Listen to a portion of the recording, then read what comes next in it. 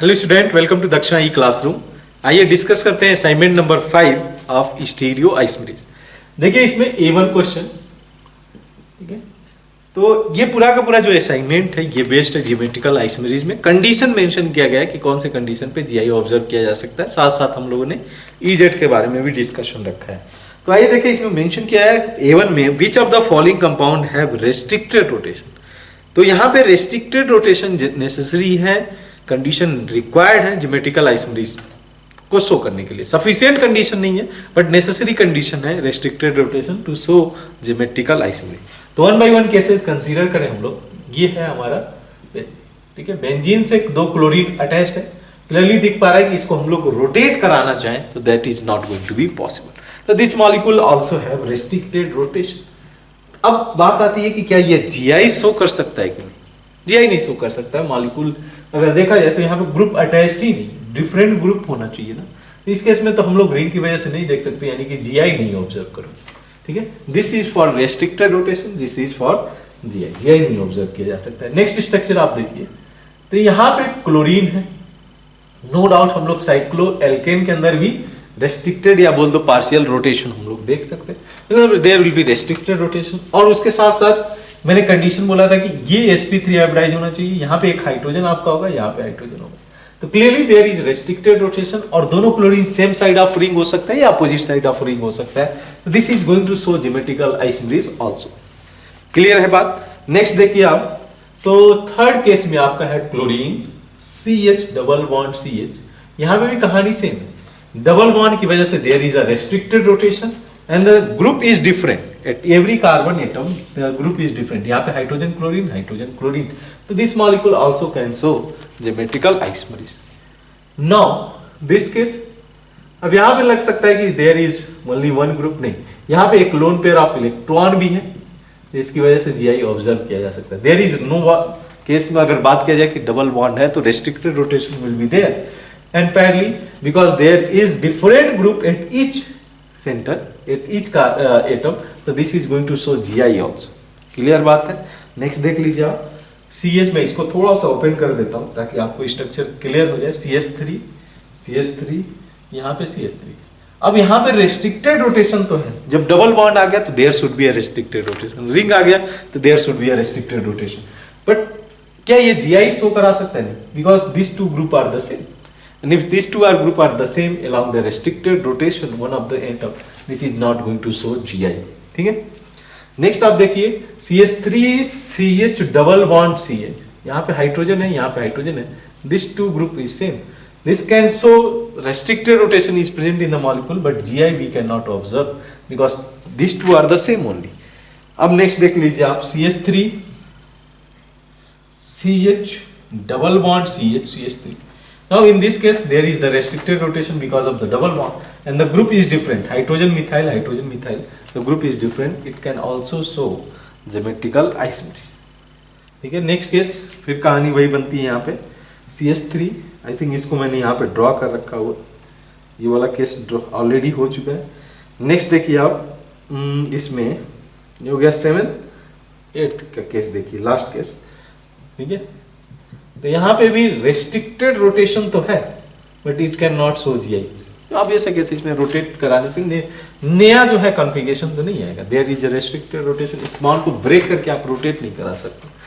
तो हर केसेस में रेस्ट्रिक्टेड रोटेशन है बट जीआई कौन कौन सा शो कर सकता है? 1 2 3 and the 4 structure are there which can show geometrical isomerism in this case. Now in A2 के केस में क्या मेंशन करना है आपको कि what will be the required condition, essential condition to show the GI, geometrical isomerase show करने के लिए कौन कौन से कंडीशन रिक्वायर्ड है। तो पहला केस, यहाँ मॉलिक्यूल के अंदर there should be a restricted rotation. अब रेस्ट्रिक्टेड रोटेशन या तो हम लोग जो है डबल बॉन्ड के लॉन्ग देख सकते हैं या रिंग के लॉन्ग देख सकते हैं but there should be a restricted rotation. Necessary condition है, नॉट सफिशिएंट। जरूरी नहीं है कि if molecule have the restricted rotation this can going to show geometrical isomerism, ऐसा हम लोग नहीं बोल सकते। And this will be required. अगर ज्योमेट्रिकल आइसोमेरेज अगर शो कर रहा है तो there will be restricted rotation, ये मैं बोल सकता हूँ। नाउ सेकेंड कंडीशन क्या होगा कि 2 डिफरेंट ग्रुप अटैच्ड होना चाहिए at every centre. Every atom के साथ में 2 डिफरेंट ग्रुप वाला जो है रूल है। और the atom which are responsible to show GI, ये भी इंपॉर्टेंट है बिकॉज जब हम लोग आगे के सिस्टम डिस्कस किए जिसमें स्पायरो या पॉलीफिनाइल केसेस हैं, ये सभी में हम लोग स्पायरन का कंपाउंड है, तो उस केस में हम लोगों ने ये कंडीशन रखा था कि atoms which are responsible for GI should lies in one plane, इनका एक प्लेन में होना जरूरी है, तभी हम लोग देख सकते हैं। तो this three are the required condition to show a GI। Now moving to next question A3। अगर आप A3 में देखिए तो इसमें बोला गया है कि define the restricted rotation. Simple सा कैसा आप विजुअलाइज कर पा रहे हो तो डिफाइन क्यों करने जाओ, सिंपल सा है कि अगर मान लो इस बॉन्ड को फिक्स करके इसको मैं अगर फिक्स करके इसको रोटेट कराना चाहूं तो there rotation is not possible. अगर इसको एक कार्बन को फिक्स कर दो आप और दूसरे को रोटेट कराना चाहो that is not going to possible. ये हमारा रेस्ट्रिक्टेड रोटेशन है। Given one example of acyclic and cyclic system which can show geometrical isomerism. तो ऐसे ले लो ए बी, यहाँ पे ले लो C D, where A can not be equal to B and C can not be equal to D. Similarly अगर cyclic system की बात करें तो यहाँ पे आप ए बी ले लो और यहाँ पे सी डी ले लो, such that A is not equal to B and C is not equal to D। Clear है बात? For to show the geometrical isomerism, ये कंडीशन होना रिक्वायर्ड है। There is restricted rotation along with the group responsible for GI should lie in one plane। ये हो गया case. और जो है जो दो डिफरेंट ग्रुप होना चाहिए, A can not be equal to B, C can not be equal to D, A can not be equal to B, C can not be equal to D। Now अब हम लोग move करते हैं next section B में, जिसमें CIP rule apply किया गया। EZ nomenclature हम लोग को निकालना है और साथ साथ फिजिकल प्रॉपर्टीज है। तो B1 की बात करें, इसमें क्वेश्चन नंबर B1 क्या मेंशन किया गया है? Indicate the whether each of the molecule is E और Z कॉन्फिगरेशन। ठीक है, ट्राई करते हैं हम लोग। Carbon, chlorine, bromine, CH3, hydrogen. मैंने क्या बोला, इन दोनों में से आप प्रायोरिटी डिसाइड करो किसकी प्रायोरिटी होगी। अब ऐसे कैसे ब्रोमीन को जाएगा, हाइड्रोजन CH3 में CH3 को प्रायोरिटी जाएगा। They are in opposite side, तो अपोजिट में क्या आएगा, ये E आ जाएगा, E फॉर अपोजिट। यहां पे आ गया E कॉन्फिगरेशन। नेक्स्ट देखिए आप, कार्बन कार्बन, यहां पे है CH3 ग्रुप, यहां पे है C3H7। अब ऐसे कैसे इसको प्रायोरिटी चला जाएगा, इधर है आयोडीन, इधर है हाइड्रोजन, तो इसमें प्रायोरिटी इसको मिल जाएगा। Once again they are on opposite side, यानी कि E configuration. Now carbon carbon, hydrogen, deuterium, deuterium का मॉलिक्यूलर वेट ज्यादा तो हाइड्रोजन के रिस्पेक्ट में इसकी प्रायोरिटी ज्यादा होगी। Then deuterium, hydrogen, these are in opposite side means E configuration. Then देखिए कार्बन कार्बन, यहाँ क्लोरीन हो गया, यहाँ CH2Cl हो गया, यहाँ हाइड्रोजन हो गया, CH3 हो गया। अब इसमें क्लोरीन और कार्बन से आपको फर्स्ट पॉइंट डिफरेंस से ही निकालना होगा। पहला एटम देखूंगा, फिर नेक्स्ट एटम देखूंगा, फिर उसके बाद नेक्स्ट एटम देखेंगे। तो कार्बन और क्लोरीन में क्लोरीन आ गया, इसको प्रायोरिटी मिल जाएगी। हाइड्रोजन और CH3 में CH3 आ गया, इसको प्रायोरिटी मिल जाएगा। They are on the same side means जुजामिन, जेट। ठीक है, सेम साइड मींस जेट। ठीक है, ये रहा हम लोग का पार्ट 1। पार्ट 2 की तरफ जाए तो A1 क्वेश्चन आप देखिए, पार्ट 2 में मेंशन किया गया है स्टीरियो आइसोमर्स हैव, क्या कंडीशन होना चाहिए, stereo isomers have different molecular formula. No, molecular formula will be same for 2 isomers. ये पहला लेक्चर में डिस्कशन किया था। Structural formula that should be also same, structural formula same होगा तभी हम लोग स्टीरियो की बात भी करेंगे। C is configuration, configuration different होगा, means orientation of the group in the 3 dimension space should be different, उसी को कॉन्फिगरेशन बोला जाता है। तो that is going to be different, यानी A1 के केस में C is going to be correct one. Now in A2 की बात करें तो मेंशन किया गया which can show cis trans isomerism. तो there should be this 3 condition should apply on that molecule. तो अगर देखो आप, पहला CH2Cl एक सिंगल बॉन्ड है, अब ऐसे कैसे there is free rotation, but it is not going to show geometrical isomerism. Next आप देखिए कि there is restricted rotation, hydrogen hydrogen chlorine, but the group attached to this is different, same, because this 2 are the same. Here also we cannot observe geometrical isomerism। Next आप देखिए तो carbon carbon, chlorine chlorine, once again same story is there, these 2 group are the same which cannot observe geometrical isomerism in this case also। D option की बात करें तो D ही last case बचा हुआ है, होना चाहिए, because there is restricted rotation along with this, these 2 group are the different। ये दो ग्रुप का डिफरेंट होना जरूरी है और ये दो ग्रुप का डिफरेंट होना जरूरी है। तो this can show geometrical isomerism. ठीक है, क्लियर है बात।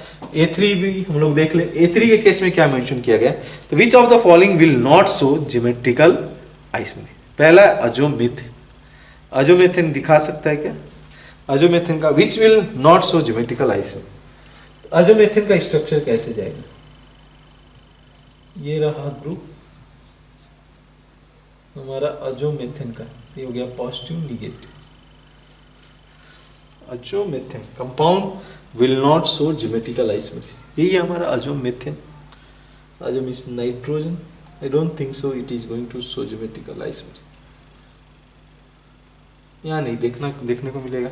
अच्छा, 1 ब्रोमो और भी देख लेते हैं cases. 1 bromo 2 chloro ethane. 1 bromo 2 chloro ethane. 1 bromo 2 chloro ethane. Yes, here we can observe. Then 1 phenyl propene. 1 phenyl propene. This is our propene. 1 phenyl. Okay. 1 phenyl propene means this will get double bond. CH3. हाँ, यहाँ पे भी observe किया जा सकता है। 2 methyl 2 butene. 2 methyl 2 butene. 2 methyl 1 2 2 methyl। ये तो नहीं शो करेगा। एक बार आप इसको चेक करना डाइजोमेथिन के केस में, आई थिंक सॉरी अजोमेथिन के केस में ये स्ट्रक्चर शो कर सकता है कि नहीं। I am doing wrong here. Structure में आप एक बार देख लेना, but clearly this is not going to show geometrical isomerism. D they have given the answer, but along this is also one of the suspicious option. एक बार आप देख लेना, ये ऑप्शन एक बार स्ट्रक्चर देख लेना। ठीक है, तो डी के साथ हम लोग जा रहे हैं, बट यहाँ पे इस स्ट्रक्चर को भी एक बार आप करेक्टली देख लेना कि ये पॉसिबल है कि नहीं। नेक्स्ट देखते हैं सेक्शन बी, जो कि हम लोग का इसी जो है पार्ट का है, लेकिन ये पूछा गया है हमारा पार्ट सेकेंड से। Identify the Z2 pentene. B1 की बात करें, हम लोग को चाहिए Z2 पेंटीन। कैसे? Z के केस में तो हाइड्रोजन सेम साइड में होगा ना, 2 पेंटीन है, ये हो गया 1 2 3 4 5। तो option A will be correct. ठीक है, option A will be correct. B2 की बात करें, इन B2 देखिए आप, तो B2 में दिया हुआ है the E isomers. E isomers क्या होगा इस केस में? तो ड्रॉ कर लेते हैं। Carbon, hydrogen, bromine, chlorine, fluorine. इसमें ब्रोमीन को वेटेज जाएगा, इसमें क्लोरीन को जाएगा, दोनों सेम साइड में है, तो this is going to be our Z isomer. हम लोग को चाहिए E आइसोमर। नेक्स्ट देखिए, carbon, methyl, hydrogen. Methyl will have more priority. Hydrogen, methyl, methyl will have more priority. Both are on the same side, Z configuration once again. Similarly देखिए, carbon एक हो गया आपका इथाइल ग्रुप, ये हो गया आपका आइसोप्रोपाइल ग्रुप। ठीक है, इसको प्रायोरिटी जाएगा। यहाँ पे हो गया हाइड्रोजन और यहाँ पे हो गया CH3। CH3 को प्रायोरिटी जाएगा, both are same side, Z configuration. Last case देख लीजिए, कार्बन, लास्ट केस ही होना चाहिए, C double bond O CH3, deuterium, hydrogen.